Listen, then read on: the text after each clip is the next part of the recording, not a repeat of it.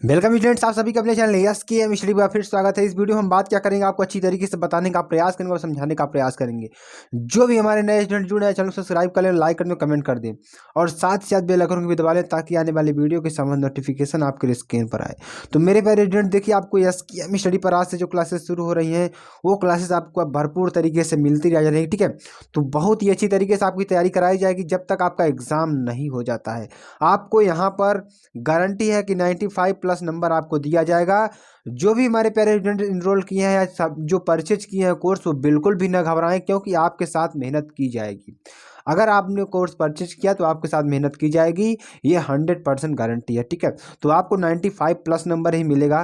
तो जो स्टूडेंट्स हमारे प्यारे स्टूडेंट्स नए जुड़े हैं वो जान लें कि अब आपका SKM स्टडी ऐप पर भी पढ़ाई कराई जा रही है, जो कि लिंक डिस्क्रिप्शन में दे दिया गया है। ठीक है, तो ये कक्षा 12 विषय भौतिक विज्ञान की बात करेंगे। सबसे अति महत्वपूर्ण टॉपिक 2022 एग्जाम बोर्ड के लिए कौन से फिजिक्स के लिए है। ठीक है, तो इसमें आपको उन महत्वपूर्ण टॉपिक को बताएंगे जो आपके एग्जाम में बहुत ही अच्छी तरीके से आ सकते हैं और आपको ऐप पर हम पढ़ाने वाले हैं। तो ये जो टॉपिक है आपके चैप्टर वाइज, ठीक है, हमने यहाँ पे चैप्टर वाइज टॉपिक आपको बता दे रहे हैं। आपको इन्हीं टॉपिक्स को अच्छे से तैयार करना होगा। ठीक है, इतना अच्छे से तैयार करना होगा कि अगर कोई पूछ लेता है इन टॉपिक से तो हमें अच्छी तरीके से बताना आ जाए। ठीक है, तो इस तरीके के जो प्रश्न हैं आपको 100% गारंटी है कि आपके बोर्ड एग्जाम में मिलने वाले हैं। तो मेरे प्यारे स्टूडेंट, देखिए सबसे पहले आपको क्या करना है, कोर्स को परचेज करना है। अगर आप कोर्स परचेज नहीं करते हैं तो आप इन टॉपिक्स को नहीं पढ़ पाएंगे। ठीक है, और हम तो इंपॉर्टेंट क्वेश्चंस आपको देते ही रहेंगे, लेकिन ये जो टॉपिक्स हैं आपको सिर्फ उन्हीं बच्चों को मिलेगा जो हमारे बच्चे अभी 95+ की तैयारी कर रहे हैं। ठीक है, देखिए चैप्टर फर्स्ट की बात करेंगे जो आपके लिए बेहद ही इंपॉर्टेंट है। चैप्टर फर्स्ट में देखिए वैद्युत आवेश, वैद्युत क्षेत्र एवं वैद्युत द्विध्रुव, आपके 3 चैप्टर्स हैं। ये आपको चैप्टर्स है, फर्स्ट चैप्टर। ठीक है, तो इस चैप्टर देखिए मोस्ट इंपॉर्टेंट टॉपिक कौन कौन से बनेंगे इसमें आपके देखिए कौन कौन से टॉपिक हैं। आवेशों के मध्य लगने वाला वैद्युत बल की सहायता से वैद्युतशीलता का बीमीय समीकरण निकालना है। पहला टॉपिक आपका ये हो जाएगा।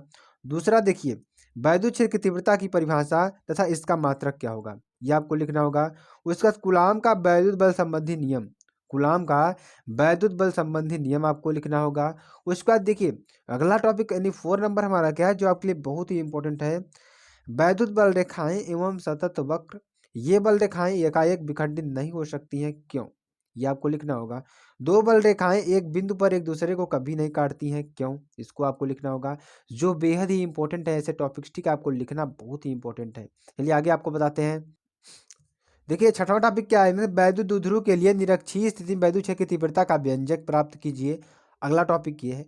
उसके बाद देखिए वैद्युत क्षेत्र में वैद्युत द्विध्रुव को घुमाने में किए गए कार्य का सूत्र स्थापित कीजिए। आगे क्या है, वैद्युत द्विध्रुव की अक्षीय दिशा में अत्यधिक दूरी पर स्थित बिंदु पर वैद्युत क्षेत्र की तीव्रता का व्यंजक प्राप्त कीजिए। उसके बाद देखिए एक समान वैद्युत क्षेत्र में, ठीक है, एक समान वैद्युत क्षेत्र में वैद्युत द्विध्रुव पर लगने वाले महत्तम बल बलाघूर्ण का व्यंजक प्राप्त कीजिए तथा इसके आधार पर वैद्युत द्विध्रुव आघूर्ण की परिभाषा दीजिए।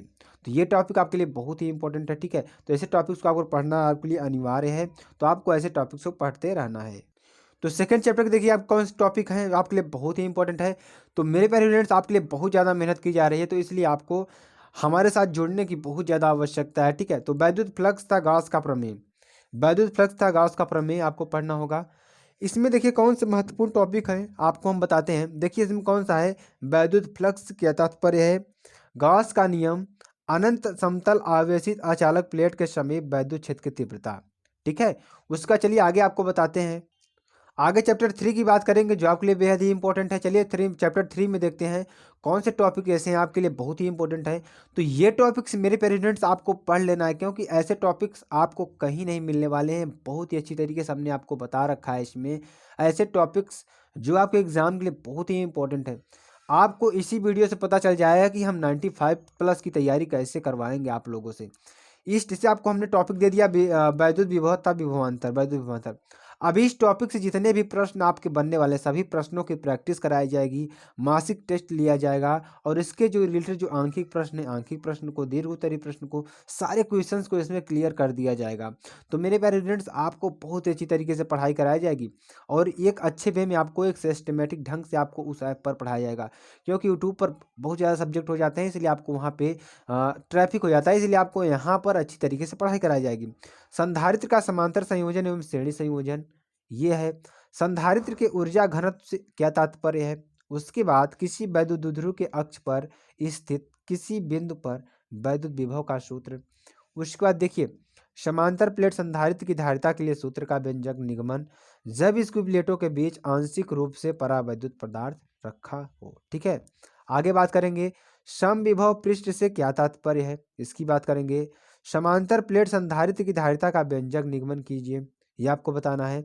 उसके बाद वांडे ग्राफ जनित्र, ठीक है, वांडे ग्राफ जनित्र आपको बताना है। अब चैप्टर 4 की बात करेंगे जो आपके लिए बहुत ही इंपॉर्टेंट है। ठीक है, तो चैप्टर 4 में देखिए क्या बताना है, वैद्युत चालन तथा ओम का नियम, वैद्युत चालन तथा ओम का नियम इसमें आपको बताना है। विशिष्ट प्रतिरोध, अपवाह वेग, ओम का नियम, इसमें आपका 3 टॉपिक बनेंगे जो आपके लिए बेहद ही इंपॉर्टेंट हो जाते हैं मेरे प्यारे स्टूडेंट्स। आपको अच्छी तरीके से 100% से आपको 70% यहाँ से ही आने वाला है। बहुत ही इंपॉर्टेंट टॉपिक आपको हम बताने वाले हैं, तो मेरे प्यारे स्टूडेंट्स आप हमारे साथ जुड़ जाइए और इतने मन लगाकर पढ़ाई करिए कि आपको सारी चीज़ क्लियर हो जाए। ठीक है, तो ऐसे आपको बताया जाएगा कि आपको ऐसा लगेगा कि सर हम 95+ पाने के लिए तैयार हैं और 95+ आपको मिलेगा।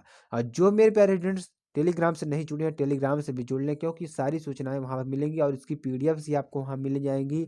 सारी चीज़ें आपको वहाँ पर अवेलेबल हो जाएंगी और ऐप पर भी सारी चीज़ें अवेलेबल हो जाएंगी। चलिए आगे आपको बताते हैं।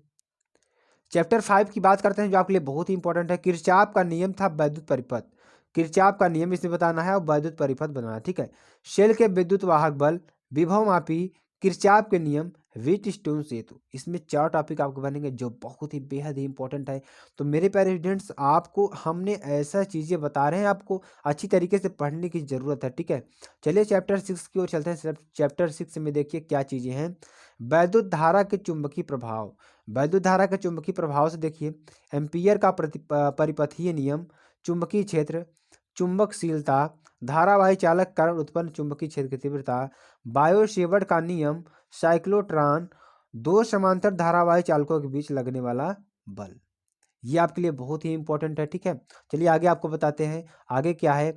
चैप्टर 7 की बात करेंगे, धारा लूप पर बलयुग्म का आघूर्ण, चल कुंडली धारा मापी। ठीक है, देखिए इससे क्या है, धारा मापी की सुग्राहिता तथा वोल्टेज सुग्राहिता एक समान चुंबकीय क्षेत्र में। ठीक है, ये आपका पहला टॉपिक, ये आपका दूसरा टॉपिक, ये आपका तीसरा टॉपिक। ठीक है, इस तरीके से आपको बना लेना है, यानी कि एक समान चुंबकीय क्षेत्र में धारावाही लूप पर बलयुग्म का आघूर्ण, उसका चल कुंडली धारा मापी, ये आपका अगला हो जाएगा। अब चैप्टर 8 की बात करेंगे जो आपके लिए बहुत ही इंपॉर्टेंट है, पृथ्वी का चुंबकीय क्षेत्र, पृथ्वी का चुंबकीय क्षेत्र। अब इससे देखिए भूचुंबकत्व, पृथ्वी के चुंबकीय क्षेत्र की तीव्रता के क्षैतिज घटक, ऊर्ध्वाधर घटक तथा नमन कोण, यह आपको पढ़ना होगा। दिक्पात कोण, नमन कोण तथा पृथ्वी के चुंबकीय क्षेत्र के क्षैतिज घटक की परिभाषा आपको देना होगा। ठीक है, चैप्टर 9 की बात करेंगे, स्वप्रेरण गुणांक। देखिए चैप्टर 9 क्या है, वैद्युत चुंबकीय प्रेरण है, तो इससे देखिए स्वप्रेरण गुणांक, स्वप्रेरकत्व, अन्योन्य प्रेरण गुणांक, लंबी धारावाही परिनालिका के स्वप्रेरकत्व का सूत्र, फैराडे का नियम, विद्युत चुंबकीय प्रेरण, इससे आपको ये हो जाएगा। चलिए चैप्टर 10 की बात करते हैं, चैप्टर 10 की बात करते हैं। प्रत्यावर्ती धारा परिपथ में यल, सी व आर श्रेणी क्रम में जुड़े हैं। परिपथ की परिबाधा तथा कला में कला कोण फाई व्यंजक लिखिए। प्रत्यावर्ती धारा शक्ति के लिए सूत्र, अनुनादी परिपथ, ठीक है, क्या अनुनादी परिपथ और ट्रांसफार्मर की बात करेंगे। ठीक है, तो इस तरीके का आपको प्रश्नों को पढ़ना होगा। चैप्टर 11 की बात करते हैं, वैद्युत चुंबकीय तरंगे। ठीक है, वैद्युत चुंबकीय तरंगे, स्पेक्ट्रम, यक्स किरण, इसमें ये 2 टॉपिक्स बेहद ही इंपॉर्टेंट है। इस टॉपिक से जितने भी क्वेश्चंस बनेंगे सारे क्वेश्चंस को आपको कराया जाएगा, आप घबराना नहीं है, क्योंकि इसमें आपको सारी चीज़ें बताई जाएंगी। ठीक है, आगे हम बताते हैं चैप्टर 12 में। चैप्टर 12 में देखिए प्रकाश का अपवर्तन है, प्रकाश के अपवर्तन से जितनी भी चीज़ें बनेंगी। ठीक है, प्रकाश के वेग के पदों में अपवर्तनांक का सूत्र, क्रांतिक कोण की परिभाषा, क्रांतिक कोण, प्रकाश का अपवर्तन, प्रकाशिक बिंदु, प्रकाशिक तंतु, ये इससे रिलेटेड जितने भी क्वेश्चंस बनेंगे अति लघु उत्तरीय, लघु उत्तरीय, दीर्घ उत्तरीय, आपके लिए बहुविकल्पीय और आंकिक प्रश्न, सारे टाइप के प्रश्न आपको कराए जाएंगे। ठीक है, आगे हमको आपको बताते हैं चैप्टर 13। ठीक है, चैप्टर 13 में देखिए गोलीय पृष्ठों पर प्रकाश का अपवर्तन एवं लेंस। गोलीय पृष्ठों पर प्रकाश का अपवर्तन एवं लेंस की बात करेंगे तो लेंस की क्षमता, लेंस द्वारा प्रकाश के अपवर्तन के लिए न्यूटन का सूत्र और फोकस। ठीक है, और क्या, फोकस की बात करेंगे। ठीक है, चलिए आगे आपको बताते हैं चैप्टर नंबर 14 की बात करेंगे प्रिज्म का प्रकाश का अपवर्तन, प्रिज्म द्वारा प्रकाश का अपवर्तन। तो प्रिज्म के पदार्थ के अपवर्तनांक का सूत्र, प्रिज्म के पदार्थ के अपवर्तनांक का सूत्र, प्रिज्म के लिए अब आपतन कोण तथा विचलन कोण के बीच ग्राफ आपको बताना है। ठीक है, ये आपका पहला टॉपिक, ये आपका दूसरा टॉपिक, ये आपका तीसरा टॉपिक, ये आपका ठीक है, इतना है आपका। ठीक है, तीन टॉपिक आपको दिए जा रहे हैं इसमें, यानी कि किसी प्रिज्म के लिए आपतन कोण तथा विचलन कोण के बीच ग्राफ, यदि किसी प्रिज्म के लिए प्रिज्म कोण तथा न्यूनतम विचलन कोण दोनों का मान ए हो तो प्रिज्म के पदार्थ का अपवर्तनांक क्या होगा। इस तरीके से आपको करना होगा। अब चलिए बात करते हैं 15वें चैप्टर की, जो आपके लिए बहुत ही इंपॉर्टेंट है। ठीक है, देखिए 15वां चैप्टर में प्रकाशिक उपकरण, खगोलीय दूरदर्शी, मानव नेत्र। ठीक है, प्रकाशिक उपकरण में देखिए क्या क्या चीजें हैं, खगोलीय दूरदर्शी है, मानव नेत्र है, दोष है। दोष में क्या करते हैं आपको जो मानव दोष होते हैं। ठीक है, मानव नेत्र में क्या होते हैं, दोष होते हैं उसमें। एक क्या होता है दूर दृष्टि दोष, एक क्या होता है निकट दृष्टि दोष, एक क्या होता है हमारा जरा दृष्टि दोष।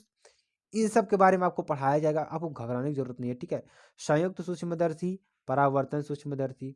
ठीक है, आगे चैप्टर 16 की बात करेंगे प्रकाश वैद्युत प्रभाव एवं द्रव्य तरंगे। तो प्रकाश वैद्युत प्रभाव एवं द्रव्य तरंगे चैप्टर नंबर 16, प्रकाश की प्रकृति, हाइगेंस तरंग का सिद्धांत। ठीक है, और तीसरा नंबर क्या है, तरंगाग्र। ठीक है, तरंगाग्र भी आपके लिए बहुत ही इंपॉर्टेंट है। चलिए आगे आपको बताते हैं, आगे हम बात करेंगे चैप्टर नंबर 17 की प्रकाश का व्यतिकरण, अध्यारोपण सिद्धांत पहला नंबर, दूसरा नंबर कला संबंध स्रोत, तीसरा नंबर व्यतिकरण प्रिज्म की चौड़ाई, चौथा नंबर व्यतिकरण। ठीक है, इन सब चीज़ों का आपको पढ़ना होगा। अब चैप्टर नंबर 18 की बात करते हैं, जो आपके लिए बहुत ही इंपॉर्टेंट है। अब देखिए इसमें क्या है, प्रकाश का विवर्तन में पहला क्या है विवर्तन, दूसरा क्या है फ्रेनल दूरी। ठीक है, इसको आपको बहुत ही इंपॉर्टेंट है, ये दो चीज़ें आपको पढ़नी होंगी उसमें। ठीक है, अब देखिए आगे हम बताते हैं प्रकाश वैद्युत प्रकाश वैद्युत प्रभाव एवं द्रव्य तरंगे, ये एक, ये दो, ये तीन, ये चार। ठीक है, इलेक्ट्रॉन उत्सर्जन, प्रकाश वैद्युत प्रभाव, दे ब्रॉगली तरंगदैर्घ्य और द्रव्य तरंग की प्रकृति। ठीक है, चैप्टर नंबर 20 की बात करेंगे परमाणु संरचना था हाइड्रोजन स्पेक्ट्रम। ठीक है, रदरफोर्ड का अल्फा कण प्रकीर्णन, रदरफोर्ड का परमाणु मॉडल, हाइड्रोजन परमाणु का बोर मॉडल, स्पेक्ट्रम। ये आपके चार टॉपिक बहुत ही इंपॉर्टेंट है, तो आपको ऐसे टॉपिक्स को पढ़ना आपके लिए बेहद ही इंपॉर्टेंट हो जाता है। ठीक है, तो ऐसे टॉपिक्स आपको पढ़ते रहना है। ठीक है, आगे बात करेंगे चैप्टर नंबर 21 की बात करेंगे। चैप्टर नंबर 21 में देखिए नाभिक की संरचना। ठीक है, तो नाभिक की त्रिज्या, नाभिकों का वर्गीकरण वर्गीकरण और नाभिकीय बल, परमाणु द्रव्यमान एवं परमाणु क्रमांक। तो ये आपके चार टॉपिक पढ़ना होगा, जो आपके लिए बहुत ही इंपॉर्टेंट है। ठीक है, चैप्टर नंबर 22 की बात करेंगे, नाभिकीय ऊर्जा क्या है, नाभिकीय ऊर्जा समीकरण, द्रव्यमान क्षति, नाभिकीय विखंडक, नाभिकीय संलयन। क्या है, नाभिकीय संलयन। ठीक है, चलिए आगे आपको बताते हैं, आगे क्या आपका अर्धचालक एवं संधि डायोड। अगला क्या है, अर्धचालक एवं संधि डायोड, ठोसों में ऊर्जा बैंड, पीएन संधि डायोड, प्रकाश उत्सर्जन डायोड, फोटो डायोड और शॉर्ट सेल। तो आपका जो लास्ट चैप्टर 23 चैप्टर है, इन सारी चीज़ों की आपको तैयारी कराई जाएगी 95 प्लस के लिए। आपको इसका सैल्यूशन अगर पाना है तो आपको SKM स्टडी ऐप पर ज्वाइन हो जाइए और कोर्स को परचेज कीजिए और अच्छे से अपनी पढ़ाई को कंटिन्यू करिए। तो मेरे प्यारे स्टूडेंट्स, आपको प्रैक्टिस हम कराते रहेंगे, और जो 95 प्लस की तैयारी है वो अलग से बच्चों को हम देते रहेंगे। तो आपको अगर एक कंटिन्यू वे में और 95 प्लस की तैयारी आपको करनी है तो आपको चैनल से जुड़ना होगा। SKM स्टडी आपको मिल जाएगा, लिंक डिस्क्रिप्शन में दे दी जाएगी, वहाँ से डाउनलोड कर सकते हैं, प्ले स्टोर से डाउनलोड कर सकते हैं। तो चलिए आपको बताते हैं फिर से और एक अच्छे वे में। तो मेरे प्यारे स्टूडेंट्स, आपको घबराना नहीं है, बिल्कुल भी चिंता नहीं करना है, आपके 95 प्लस के लिए तैयारी हम करा रहे हैं। तो फिर मिलते हैं नेक्स्ट वीडियो में नए टॉपिक के साथ। जय हिंद, जय भारत।